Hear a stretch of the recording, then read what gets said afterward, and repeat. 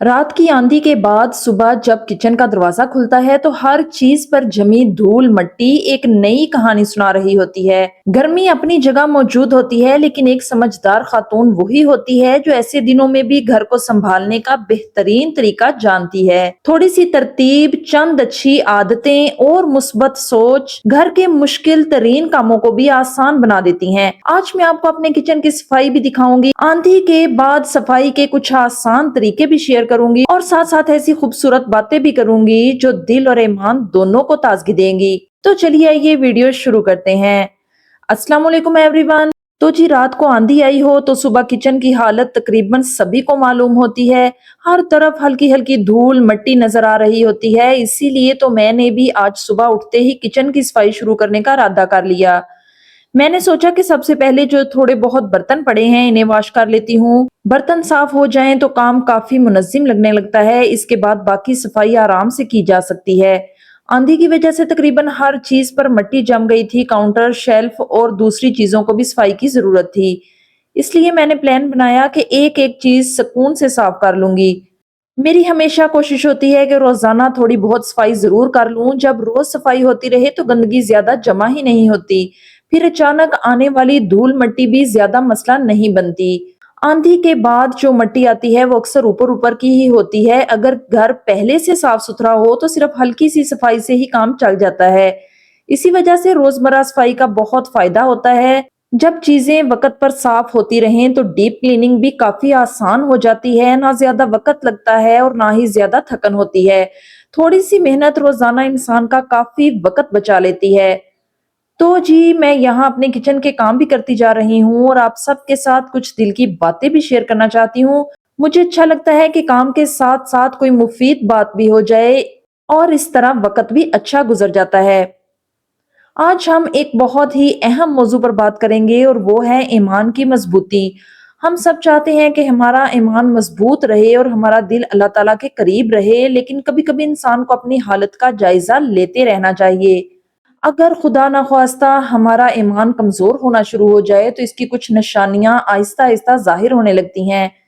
इंसान इबादत में पहले जैसा शौक महसूस नहीं करता, नेक कामों में दिल कम लगने लगता है। तो ऐसे वक्त में हमें घबराने की बजाय फौरन अपनी इस्लाह की तरफ तवज्जो देनी चाहिए, अल्लाह ताला की तरफ रुजू करना चाहिए। तो चलिए ये देखते हैं कि वो टिप्स कौन सी हैं।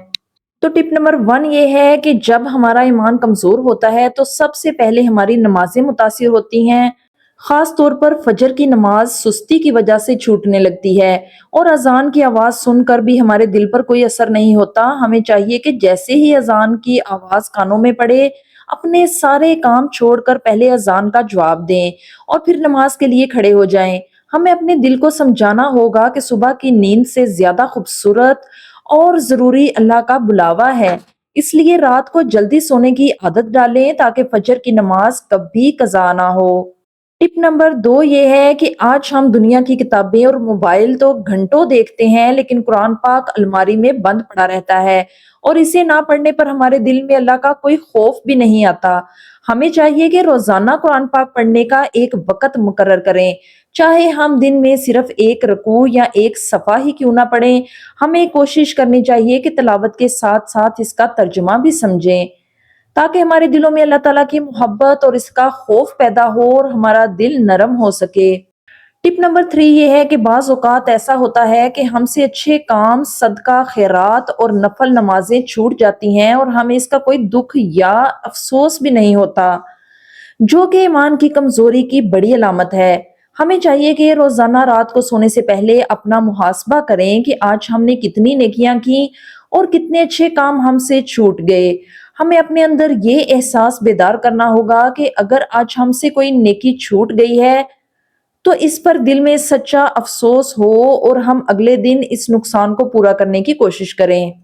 टिप नंबर 4 ये है कि जब इंसान दीन से दूर होता है तो उसे अच्छे या नेक लोगों की सोहबत बुरी लगने लगती है और वो अच्छे दोस्तों से दूर होना शुरू हो जाता है, जिसका उसे एहसास तक नहीं होता। हमें चाहिए कि हमेशा ऐसे लोगों की मोहब्बत इख्तियार करें जो हमें अल्लाह ताला की याद दिलाएं और बुराई के रास्ते पर टोकें। हमें अपने इर्द गिर्द के माहौल पर भी नजर रखनी चाहिए और अगर हमारे मुखलिस और नेक दोस्त हमसे दूर हो रहे हों تو ہمیں خود آگے بڑھ کر ان سے تعلق بحال کرنا چاہیے تاکہ ہماری آخرت سنور سکے۔